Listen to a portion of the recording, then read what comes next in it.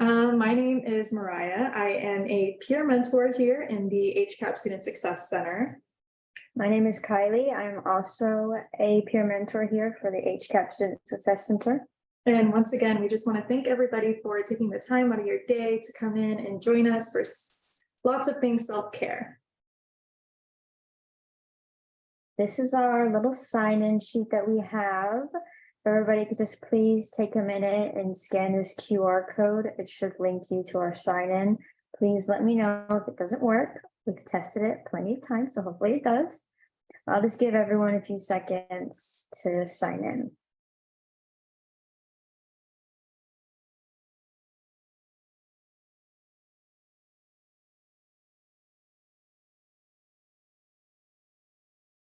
On our agenda today, we'll be covering routines, planning and time management, self-care activities, and by the end, we hope that we'll be able for everybody to create their own self-care plan.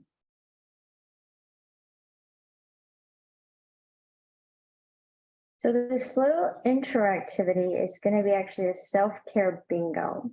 So I know there's kind of a lot of squares, but just take a look at this and take a minute and see how many of these can you check off. How many of these activities have you done maybe this week, or you can do the past week since it's only Wednesday. And then maybe you'll even get a few ideas of what you can do later on in the week. So we'll take about 5 minutes, and hopefully by the end, someone can share maybe they hit bingo. You can get it diagonally, vertically, anyway.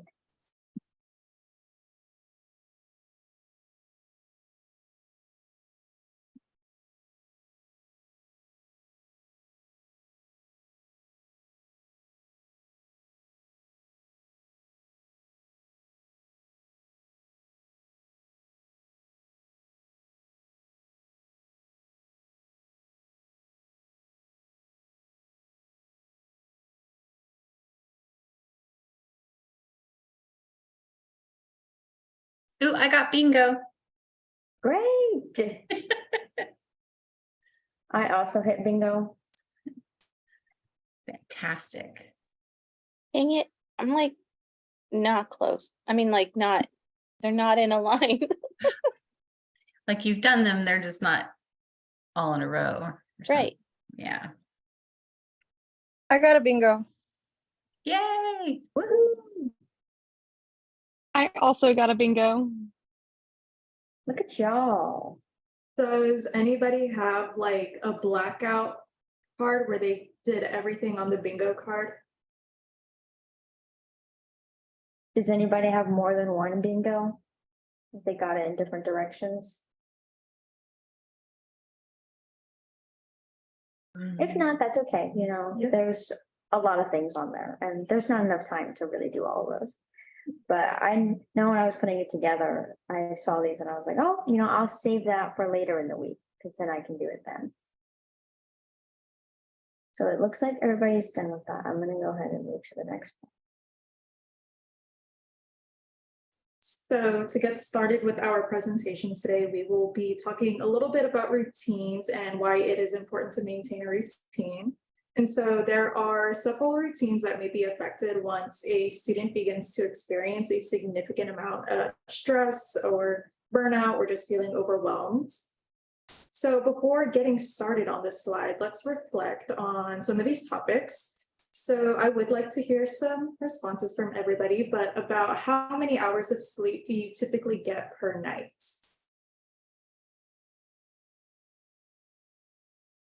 If you don't want to say it out loud, you can also put it in the chat.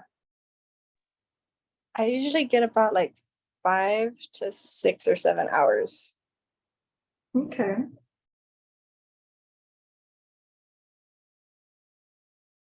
And it definitely depends on what you have going on. So I'd imagine if you're feeling very busy with either school or work or just personal things, that may reflect in like how many hours of sleep you get per night.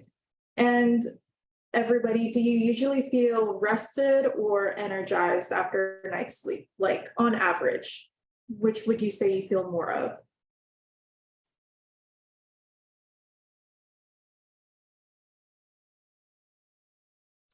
I usually feel, if I get 7 to 8 hours, I usually feel rested and energized. But when it's in the 6 range, I'm definitely struggling through the day.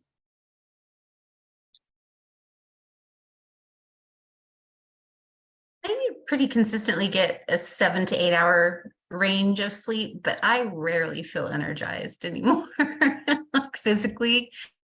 But I know there's other factors involved in that. Yes, for sure. And that's a really good point to bring up.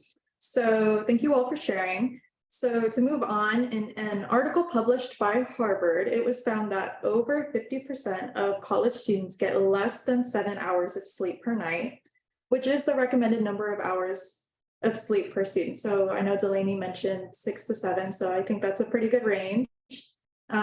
Students who don't usually sleep for a minimum of 7 hours will usually feel less energized, struggle with retaining and remembering information from classes, and may experience less physical strength. Students who prioritize their sleep will likely experience more positive outcomes in their academics specifically, just because they'll be able to better retain information. I would also encourage everybody to limit their screen time before bed so that they can get a better quality of sleep, and to establish a routine of going to bed and waking up at the same time every day. I know this is something that I definitely need to work on. It is a very bad habit, I think, for a lot of people to be on their phones or on their laptops right before going to bed. And so that is just something that we need to be more mindful of moving forward before going to bed. And as for nutrition, how many of us are eating 3 nutritious meals a day? It's okay to put it in the chat. It is okay to share out loud. I know I probably get like 1.5. Me too. I'm gonna have to agree with Kylie. I definitely do not get 3 a day. That's pretty crazy, but that is definitely what is recommended. And in the chat, it says, do tacos count as nutritious? I would hope so. I mean, you have your protein and your vegetables and your carbs. So, I mean, maybe. I'm not an expert. But it's important not to skip out on meals since we get our energy from what we eat. Although eating nutritiously is important for our physical health, it is also crucial to our mental well-being. Maintaining a good diet can help with our attention spans and thinking clearly, while having not as good diets can lead to symptoms of mood disorders like anxiety and maybe even symptoms of depression. And also do not forget to drink water throughout the day, especially in this Texas heat, because it has been crazy lately. And lastly, try to incorporate at least 20 minutes of exercise per day.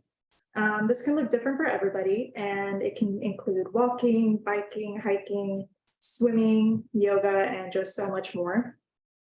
And including exercise can help reduce symptoms of anxiety and depression and make you feel overall happier and improve overall functioning. And also make sure to choose a form of exercise that is fun for you and that you feel comfortable doing. So this can look different for everybody. If you're not a runner, I'm definitely not a runner, then maybe try a different form of exercise that could be a little bit more beneficial and helpful for you. And moving on. Oh, I'm sorry, that went too far.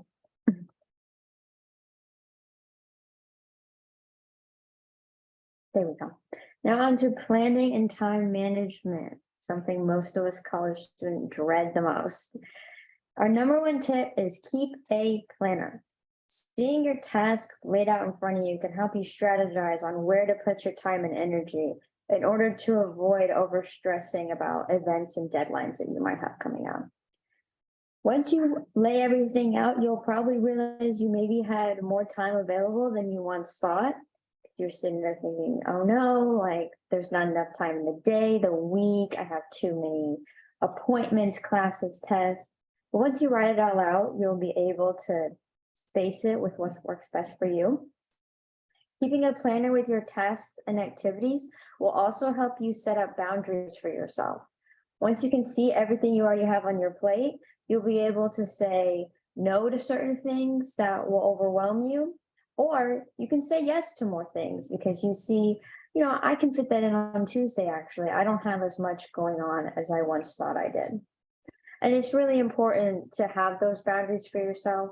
They're hard to establish, but that'll prevent you from overfilling your plate with too much, because once you overfill it, then you'll begin to feel stressed and burnt out, and then you won't be able to properly apply yourself to all the stuff that you have to get done that week.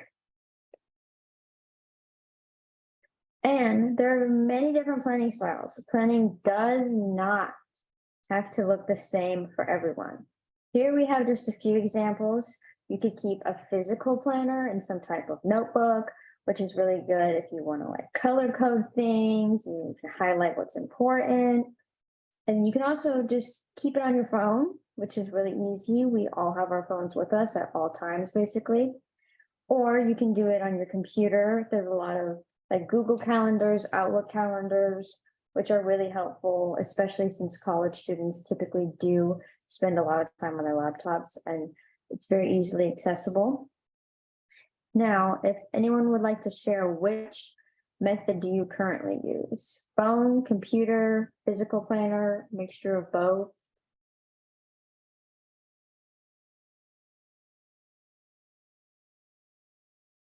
In the chat, we have all of the above. So you're using several different types of planning methods and also both. So again, different types of planning methods for different things.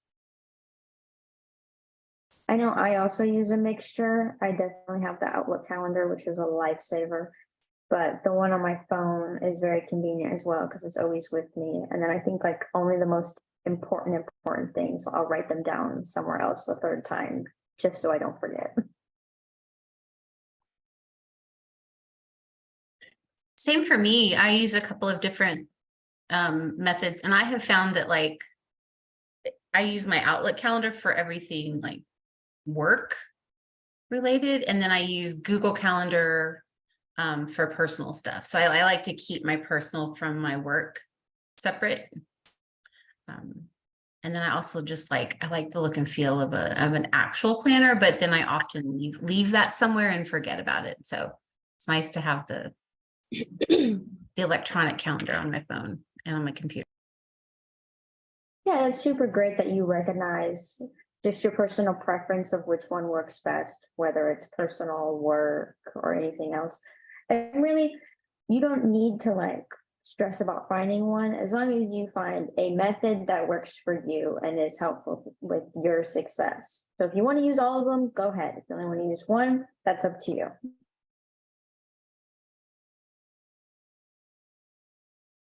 So self-care can look different for everybody.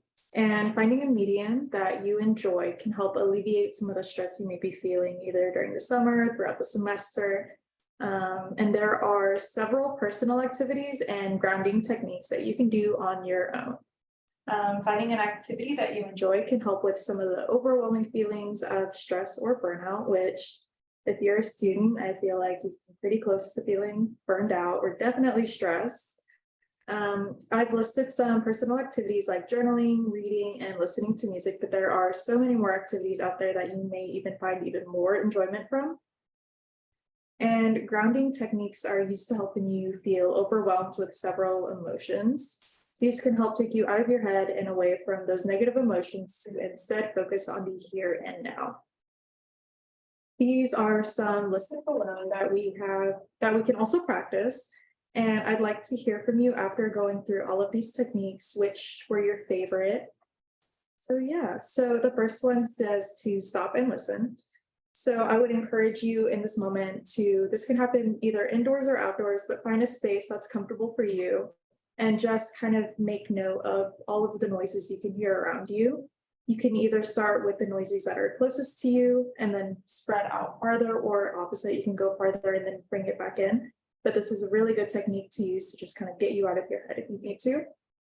Using a visual object is, I guess, choosing an object that you have around you. So for instance, I have my water bottle over here around me, and I needed to kind of take a breather, and if I'm feeling very overwhelmed, I can just kind of sit, make eyesight with that object and then kind of outline it with my eyes. And I can do this a couple of times, but this is a really good strategy if you need to kind of calm down. Third, we had instrumental music. So you can excuse yourself to a quiet place, or if you're home, this might be a really good activity for you to use. And you can put on some instrumental music and just kind of calm down, meditate, relax. But if you wanted to take the extra step forward, you can also grab a sheet of paper and like a pen and then draw lines to follow that music. So if the music is like a high note, you can draw like go up, and then if it goes back down, you can go down. So you can just kind of like see all of the lines that can follow the music.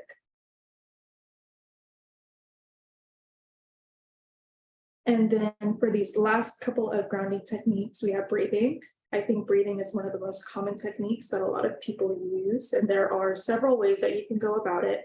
But I just listed to take 10 deep breaths with slow exhales. You can go the extra step farther, and you can close your eyes, plant your hands on your lap, plant both of your feet down, and then slowly take your breaths in and out. This is a really good reset for you to use. Body assessment, I think, is one of my favorites. Like I mentioned earlier, this is a really good one for if you're in a comfortable, quiet, calm space, and you can sit on each chair, you can lay down, and you can, if you're sitting down, you can plant both feet down on the floor. You can relax your arms and your hands, and you would just slowly move your way either from bottom to top or top to bottom. That is completely up to you. And just focus on each of your body parts. So if I wanted to start from my head, I would start with my forehead. Is there tension there? Can I alleviate some of that tension? My shoulders, and then go all the way down. And then to describe an object is the last one. And so kind of like the technique that I mentioned earlier with finding an object and kind of making outlines with it. Instead, you'll find an object and describe it. You can write it down. You can talk about it with yourself and just talk about what kind of colors is it, is it moving, does it make noise, can I feel it, like what does it feel like, what are the textures. And so these are all really good techniques to use if you are feeling just kind of overwhelmed and you need a moment to yourself and just to kind of recollect yourself. And so I would like to try with you all this breathing technique really quickly. We don't have to take 10 deep breaths, but I would like to aim for at least 3. So if everybody could participate, you can sit down, lay down, just get comfortable. And we are going to exhale as much as you can through the nose.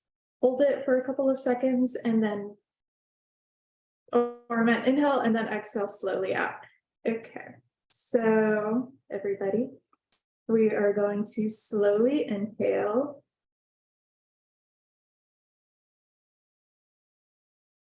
And slowly exhale throughout the mouth.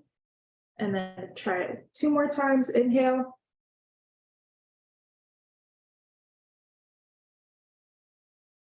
Slowly exhale last time and inhale.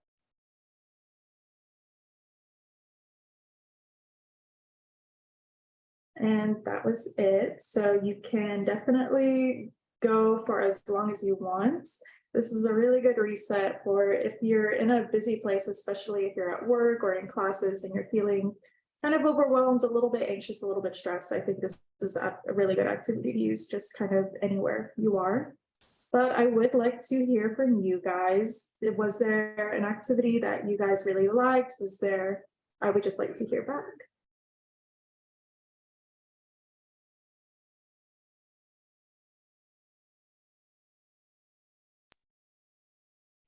I guess for me, I do like the body assessment as well, but the breathing is great too. Even just those 3 deep intentional breaths is really nice.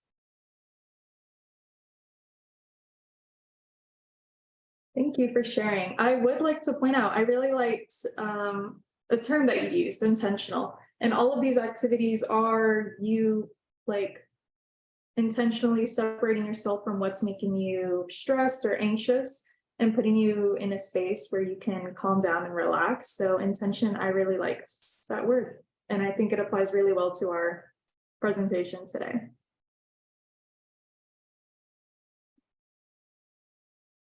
Lastly, we will be creating a self-care plan. So if you have a sheet of paper around you, sticky note, or if you're on your laptop, you can definitely open up a Word document, but I would like for everybody to take the next couple of minutes to answer the following prompts.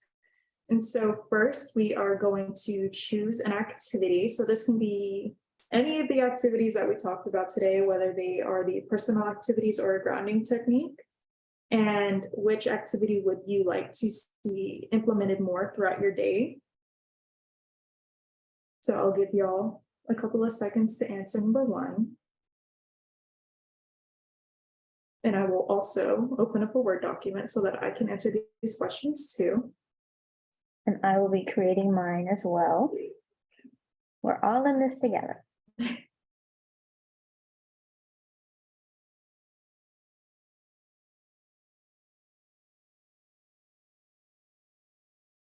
Next, we are going to choose a time. So during your day, when do you feel like you have maybe half an hour, maybe at least 10 minutes to implement this activity?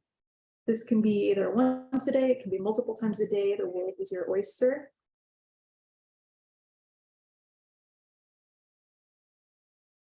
If you wanted to make this like a habit, like a routine, you can definitely do it at the same time every day, like right when you wake up, just before you're about to go to bed, or around the same time, like midday.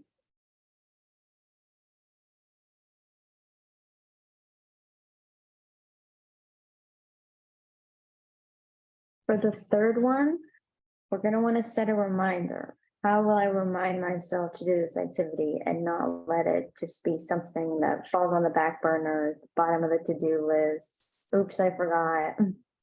We want to make sure we intentionally square out time for it, since it will be benefiting us.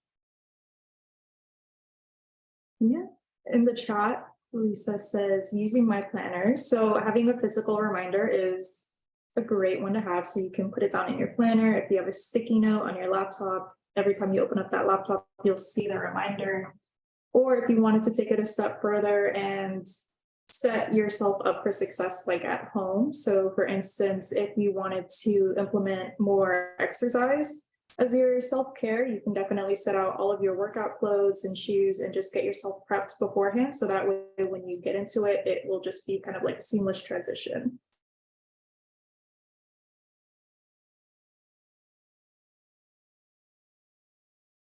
And for the fourth step, we're gonna want to create a goal for our mind. How will this activity help me mentally?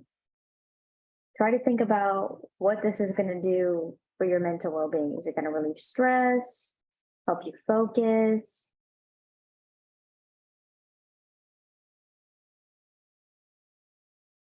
And that's a really good reflection question. So it can be a reminder to yourself of why you're implementing the self-care activity in the first place. If you wanted to just kind of like alleviate some of that stress, that would be a really good kind of like goal for your mind. And lastly, for the goal for your body, this doesn't necessarily mean that it needs to be some sort of physical movement activity, but it just means that oftentimes when we're carrying a lot of stress, we can feel it in our shoulders, we might have a headache, we could just be carrying that stress on us, like on our body.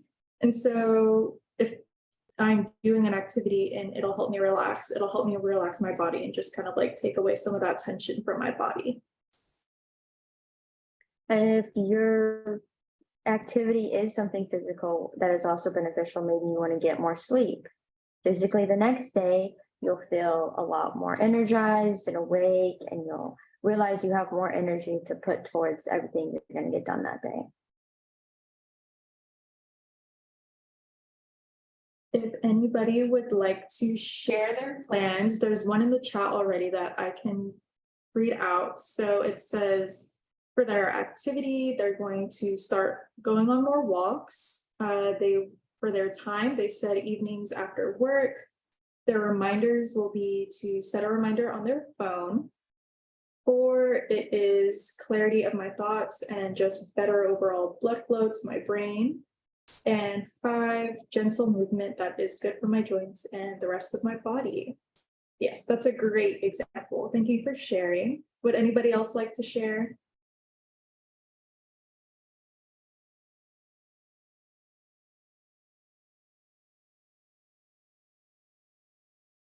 I happen to have the exact same self-care plan. There's something about an evening walk that just light up again for me. It makes life worth living.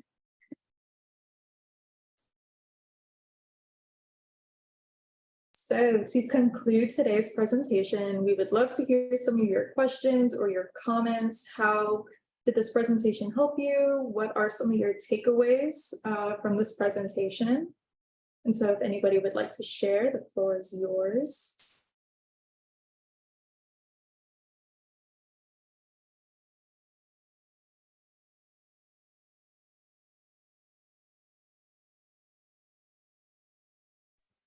I think the self-care plan was really cool because like it can be implemented in other aspects, like not just self-care. Like you can also use it for like if you're planning something like throughout the day or like maybe like an event or something. I think that was pretty cool. For sure. This plan can definitely be used, I think, in several kind of like aspects of your life, and it doesn't necessarily need to be just for self-care. So thanks for sharing. Does anybody else have any other thoughts or questions? If not, then we'll go ahead and move to the end. This is going to be our link tree, which has our social media and all of our info. I do believe our YouTube channel will be added soon, which these workshops will then be posted on our YouTube channel in case you want to go back or you have a friend who missed the workshop, they'll be able to see them there. And then this is where we're located on campus, our Student Success Center. We would love to see you in here. And then lastly, we have a little evaluation link. Again, please let me know if this QR code doesn't work.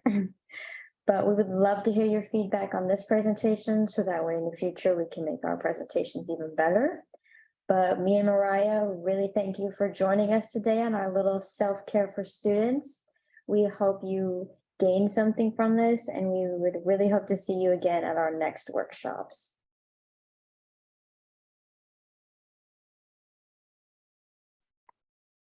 And with Thank you that, so much for that workshop. That was awesome. thank y'all so much for attending. Y'all have a great day.